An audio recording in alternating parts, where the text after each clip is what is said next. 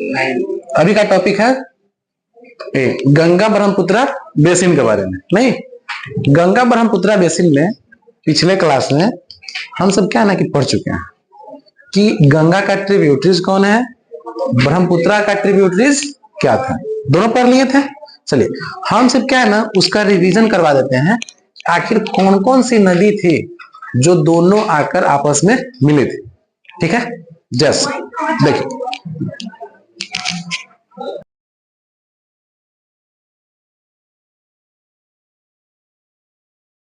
से इसमें रिवर थे।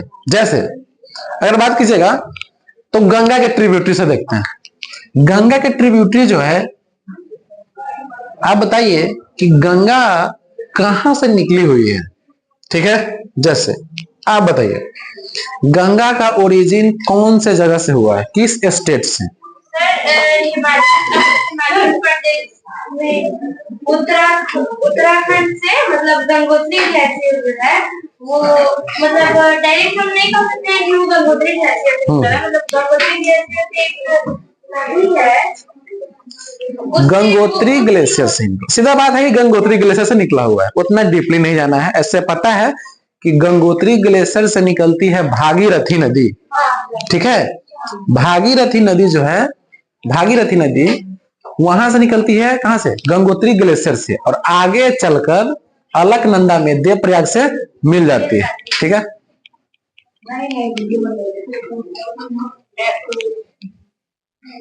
चलिए ठीक है। अच्छा, अब ये देखिए यहां से निकलती है गंगा नदी और आगे चलकर ये बांग्लादेश में ब्रह्मपुत्र नदी से मिल जाती है। ठीक है, और ब्रह्मपुत्र नदी कहां से निकलती है बताइए तो।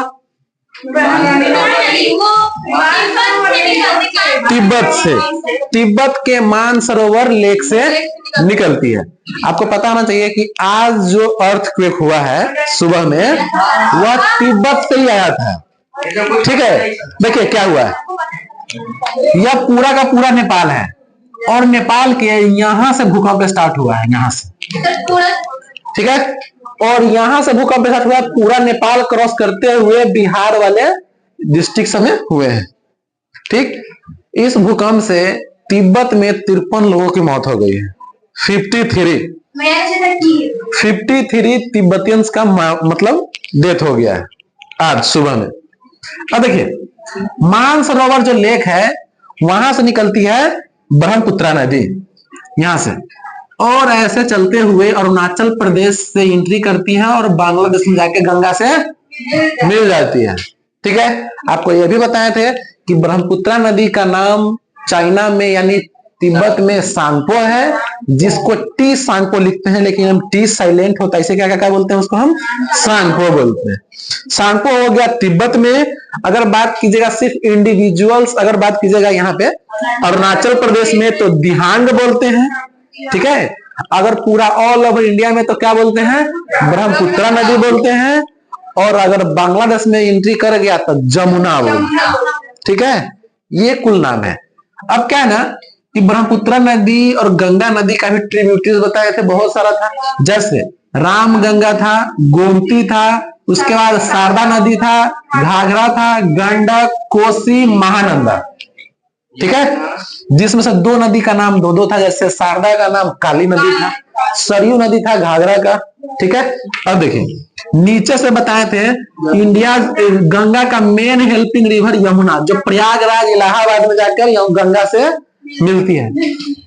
जब तक प्रयागराज में नहीं मिलती है ना गंगा से यमुना नदी, तब तक गंगा नदी का पानी बहुत अच्छा है, काफी अच्छा पानी। यूपी में प्रयागराज में मिलने के बाद गंगा का दुर्दशा हो गया हुआ है, क्योंकि यमुना जो है बहुत पोल्यूटेड रिवर है। ठीक, और उसके बाद जैसे जैसे गंगा नदी आगे की तरफ बढ़ती है, आधा यूपी के बाद बिहार, पश्चिम बंगाल की तरफ, नदी का काफी ज्यादा पोल्यूटेड हो गया हुआ है, काफी ज्यादा कंडीशन खराब है। आप हरिद्वार में नहाइए और उसके बाद काशी में नहाइए, दोनों में अंतर है। ठीक है, हमारे महाकाल का जगह है, ठीक है, शिव जी के लिए फेमस है, लेकिन पानी बहुत खराब है। क्यों? क्योंकि बताते हैं, सत्य से नहीं बच सकते हैं। कैसे? मणिकर्णिका घाट पे जो बॉडी को जलाया जाता है, मणिकर्णिका घाट पे उस बॉडी को पूरी तरह से नहीं जलाया जाता है, ठीक है जलाया जाता है, इतना भीड़ रहता है कि मजबूरी में हटाना पड़ता है। ठीक है, वहां पर ऐसी आस्था है कि वहां पे अगर जलाया जाता है तो क्या है ना कि लोग सोचते हैं कि हाँ शिव जी के स्थल है, तो इसलिए बहुत ज्यादा होली प्लेसेस है, बहुत ज्यादा पवित्र है, इसी कारण वहां पे जलाना अच्छे समझते हैं। मणिकर्णिका घाट जो है वह कहाँ पे है? यूपी में। अब क्या ना कि मणिकर्णिका घाट पे फूल पत्ती नहीं बिकाता है, बिकाता है जलावा। ठीक है, लकड़ी बिकाता है, क्योंकि वहां पर बॉडी को जलाने के लिए। ठीक है, एक साथ बहुत सारा बॉडी जल रहा है, आप गूगल पे सर्च कीजिएगा मणिकर्णिका घाट। ठीक है, तब देखिएगा वहां का कैसा भयावह सीन रहता है। बड़े बड़े वहां पर अघोरी सब बैठा रहेगा, अघोरी को देख के डर लगेगा कि ये सब यही करता है, कहेगा लास्ट को हम जलता रहता है उसमें से निकाल लेते हैं, उसका हड्डी का काम करते हैं, फला कोना कोना क्या करते हैं, हम खाए जाते हैं। ठीक है, तो वहां पर क्या होता है ना कि 80% बॉडी जला, पानी में डाल दिया, पानी कौन है? तो गंगा नदी है। 70% जला, उसको दहा दिया, तुरंत मारा, पानी पूरा गायब हो गया बॉडी। क्या रोका जाएगा? डेड बॉडी जला दिया, वही बड़का बात है। कोई लवारिस लाश है, कोई जाना हुआ लाश है, क्या उसको बोलेगा? सीधा जान रहा है कि वहां पे जला रहा है, यही बहुत बड़ी आस्था है, और गंगा जी में प्रवाहित हो रहा है। जलाया, हल्का फुल्का बचा है, सबको दहा दिया, सब पानी में बहता चला गया। सब कहाँ जा रहा है? हम लोग इधर आ रहा है। अगर गंगा जल भरना है तो हरिद्वार जाइए, हरिद्वार हम गए हुए हैं, आप उसमें से नहा कर निकले गंगा जल में से, देह एकदम फिसलेगा, इतना ज्यादा प्योर वाटर रहता है, थोड़ा भी नहीं महकेगा। आप पी सकते हैं उस पानी को, आराम से पी सकते हैं। थोड़ा देर अगर पानी शांत हो कहीं पे तो पी सकते हैं, सिर्फ उसमें सॉइल का कंपोजिशन नहीं होना चाहिए। लेकिन अगर चाह रहे हैं कि प्रयागराज के बाद पिए, तब तो आपका मर्जी है, आप पिए नहीं पीजिए, लेकिन बतवा तो समझिए ना कि कहां से पानी आ रहा है। ठीक है, पानी वही है, रास्ते पे आते आते क्या हो गया हुआ है? पोल्यूटेड हो गया हुआ, बहुत सारा कॉन्टामिनेटेड हो गया है। कोई बड़ा सा माइन चला रहा है, कोई बड़ा सा इंडस्ट्री एरिया, उसी में उसका नाला बह रहा है, सब उसी में मिल रहा है। जैसे मान गए गंगा नदी के किनारे इथेनॉल का फैक्ट्री है, ठीक है, इथेनॉल का फैक्ट्री है, साहेबगंज है ना इथेनॉल का फैक्ट्री, इथेनॉल का फैक्ट्री है, उसका पानी अगर जो वेस्ट मटेरियल है उसको बहाया जाए, अब बगल में गंडक नदी में खोल दिया जाए, तो गंडक नदी का पानी अच्छा रहेगा? खराब हो जाएगा।